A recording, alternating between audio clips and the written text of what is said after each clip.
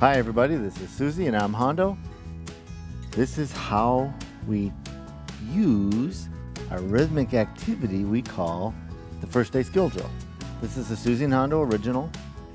We use no props for it.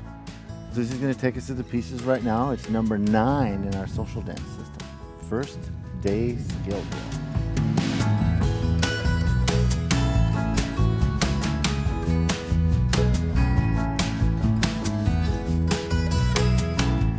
So the reason we do this, one of the main reasons is sometimes we get some students that are maybe not super comfortable moving, especially to music. Dancing. So, yeah.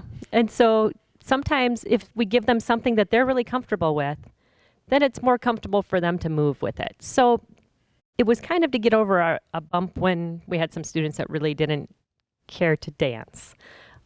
Gave them a little drill to see how they do with it. So what we do is when we give them 3 different days, I give them a little bit of an assignment. The first day, I send them home thinking that they need to choose a movement that they know from maybe something else, maybe from football practice or volleyball practice or something where they had done either a warm-up or a cool-down with a movement that they are pretty comfortable doing.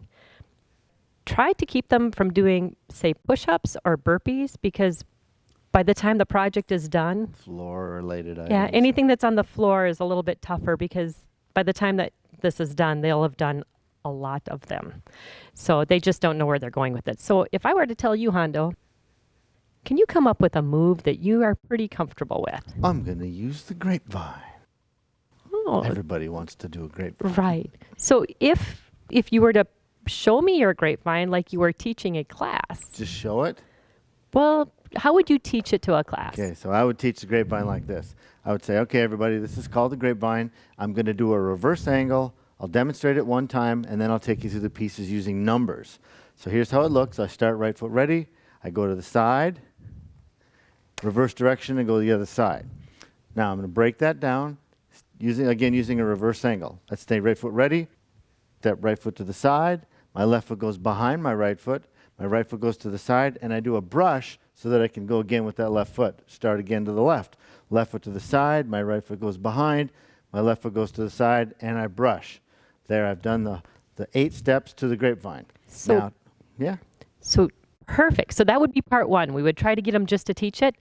Part 2 is to make them create it to make an 8 count out of it, which you've naturally done. Oh, So do did it I again. go too fast? No. So now if we were to take whatever movement they've made and make them create it so that it's an 8 count step Okay. somehow or So another. now we're going to go back to a grapevine, and we're going to have it fit 8 counts. I'll clap those 8 counts as I move. Ready, set, go. 1, 2, 3, 4, 5, 6, 7, 8. Now I could take the clapping away and just Right. use my cues. Right. 1, 2, 3, 4, 5, 6, 7, 8. Perfect. And I've done my step with numbers. Perfect. So once all the students in the class have a movement that they've turned into an 8 count, I put them in groups. So we'll put 4 kids together and 4 kids together. And 4. So we'll have just groups of 4 all over the room. Within those groups of 4, they have to use a little bit of teamwork and come up with a sequence, a 32 count sequence. So say Hondo starts with a grapevine, maybe my move was a jumping jack. And so I'd go 1, 2, 3, 4, 5, 6, 7, 8, maybe. So maybe he starts with a grapevine. Maybe we do my jumping jacks. Somebody else has another move and somebody else has another move. We take those 4 different movements within our group and we create a sequence. Once we then show the entire class our sequence, and at that point, we get to tell them that they've just created their own dance.